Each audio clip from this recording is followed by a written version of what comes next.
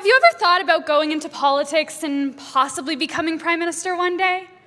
That is the question I have received on multiple occasions from family, friends, and people around school, as I am someone who is very interested in politics. However, the truth is I would be a terrible candidate. Distinguished guests, I will be opening today's State of the School with the reasons why I would make a terrible prime minister. I'm too much of a people pleaser, I'm too sensitive, and I have high moral standards. First and foremost, I would make a terrible world leader as I'm too much of a people pleaser. I don't like conflict, so my goal would be to make everyone happy. But if you know absolutely anything about politics, you know that that's impossible. There will always be people out there who disagree with what the government says or does just to be different and go against the mainstream way of thinking.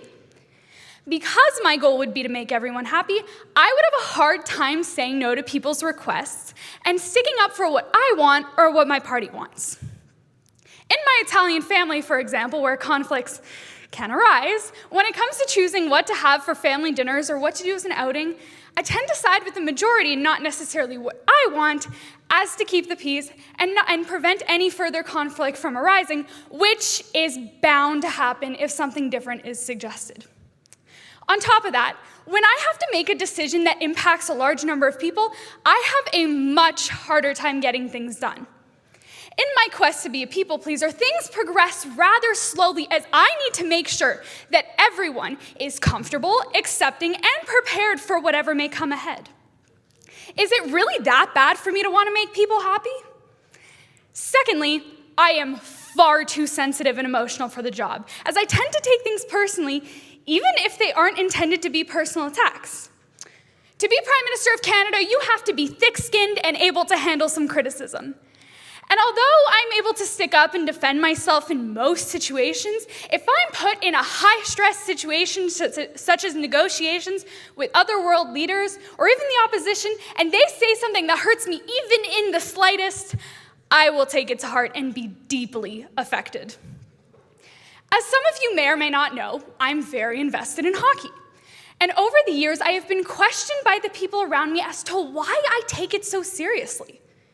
When people question me, it hurts as it feels as if they're dismissing my feelings, even though that is not their intention in the slightest, and they're just curious. I'm also an extremely passionate person, which can sometimes make it difficult for me to see both sides of an argument.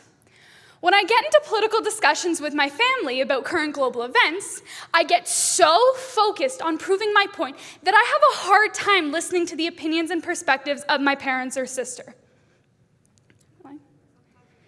Sometimes we get stuck on the tiny, insignificant details, which leads to greater conflict and hurt feelings. In high-stress situations, I let my emotions cloud my judgment, which would be a detriment if I were to become Prime Minister. Finally, I have high moral standards, unlike most politicians these days who can be easily swayed by corrupt intentions. And yes, I know there are some good ones out there whose goal is to truly help their constituents. However, most people in positions of authority become so power-hungry that they will do anything to increase their influence and assert their dominance. I wouldn't be able to hold the position as leader of Canada as it would be hard for me to govern with people who don't share the same standards of basic human decency as I do. Unlike current politicians, I constantly put others before myself, thinking of their needs before mine, which is something I have been taught by the very young age by my parents. I'm also a terrible liar, which doesn't seem to be the case for most elected officials who rely on the skill to be successful. The truth of politics today is that providing the population with truth and facts doesn't seem to be the popular approach. All in all, my moral compass is pointing me in the direction away from public service. Some may say I would be a good fit for the job as I can argue a good argument, I have fresh ideas, and I have a good general knowledge of the dynamics of world politics. And although those things are all true, there is a lot more that comes along with the position that I am simply unprepared for.